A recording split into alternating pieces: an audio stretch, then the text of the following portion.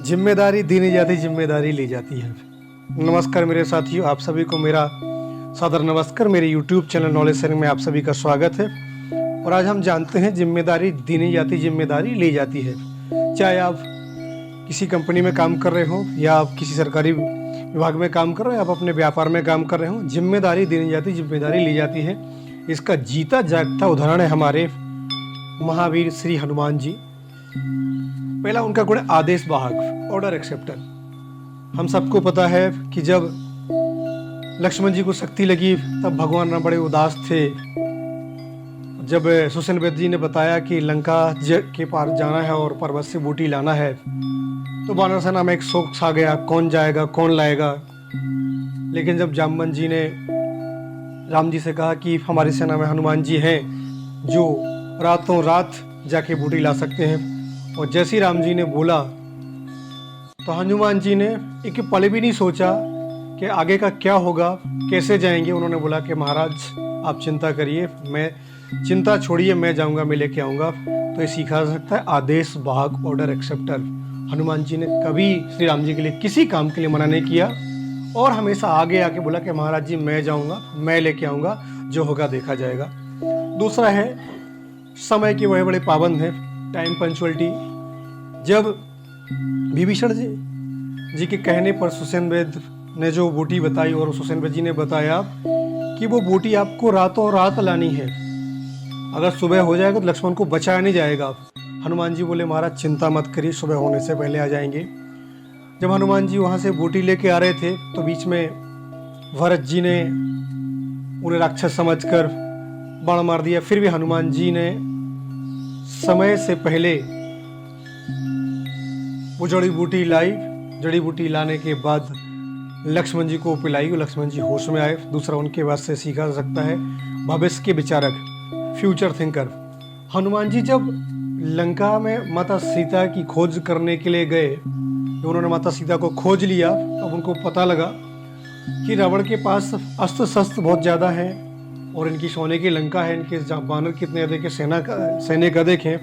तो हनुमान जी ने उनके जो शस्त्र बल के शस्त्र रखे हुए थे उनमें आग लगा दी, सैनिकों को मार दिया और उन्होंने गुप्त रास्तों का पता कर लिया। वो ये हनुमान जी जानना चाहते कि जब मर्यादा पुरुषोत्तम श्री रामचंद्र जी आएंगे, भविष्य में आएंगे, तो इनके जब शस्त्र कम हो जाएंगे, इनके रास्ते में पता चल जाएंगे, तो हमें युद्ध जीतने में सुगमता होगी, नहीं सरलता मिल जाएगी।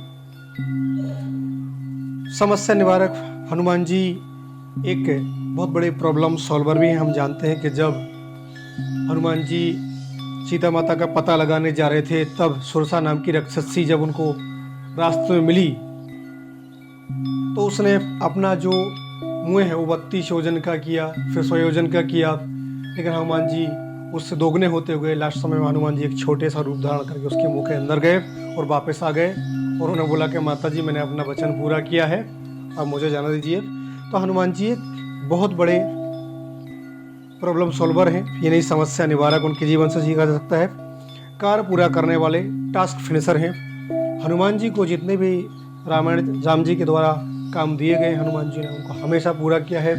चाहे वो बूटी लाने का हो, चाहे माता सीता का पता लगाने का हो या कोई अन्य काम हो, हनुमान जी के जीवन से सीखा जा सकता है कि कोई भी काम वो लेते थे उसको पूरा करते थे। एक वो अच्छे छात्र भी हैं, गुड एग्जामिनी हैं। जब हनुमान जी लंका में माता सीता का पता लगाने जाए तो देवताओं ने जानना चाहा कि हनुमान जी के अंदर वो क्षमता है कि नहीं। तो उन्होंने मैनाक और सुरसा नाम की जो राक्षसी उसको भेजा और हनुमान जी को उन्होंने कई अवरोध पैदा किए गए। हनुमान जी उन अवरोधों को पार करते हुए आगे बढ़े, इसलिए हनुमान जी एक गुड एग्जामिनी हैं।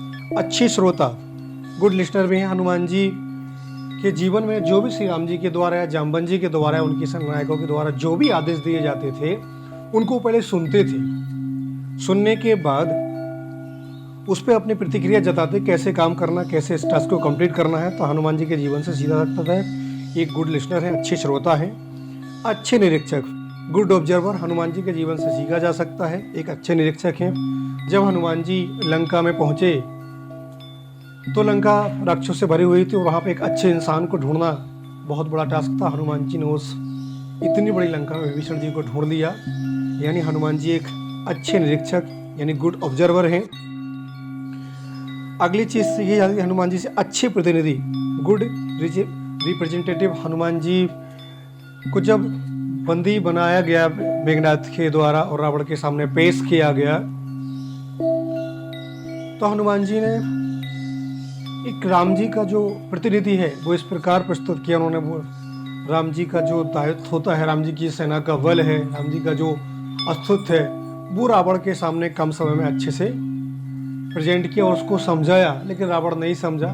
उसका बाद में जो परिणाम रहा, रावण हारा, राम जी जीते। हनुमान जी एक निर्भीक हैं, फियर फ्री है, उनके जीवन में किसी प्रकार का डर नहीं है। आप हम सब देख सकते हैं कि हनुमान जी लंका गए, वहाँ पे माता सीता का पता लगाया। पता लगाने के बाद दूसरा काम उन्होंने पहाड़ को लाए, मगरमच्छ को मारा, ऐसे उन्होंने कालनेमी को मारा। तो हनुमान जी एक निर्भीक हैं, उनके जीवन से सीखे जा सकते हैं 9 चीज़ें। अगर हमें अपने जीवन में ग्रोथ करना है, हनुमान जी राम जी के सबसे अधिक प्रिय थे।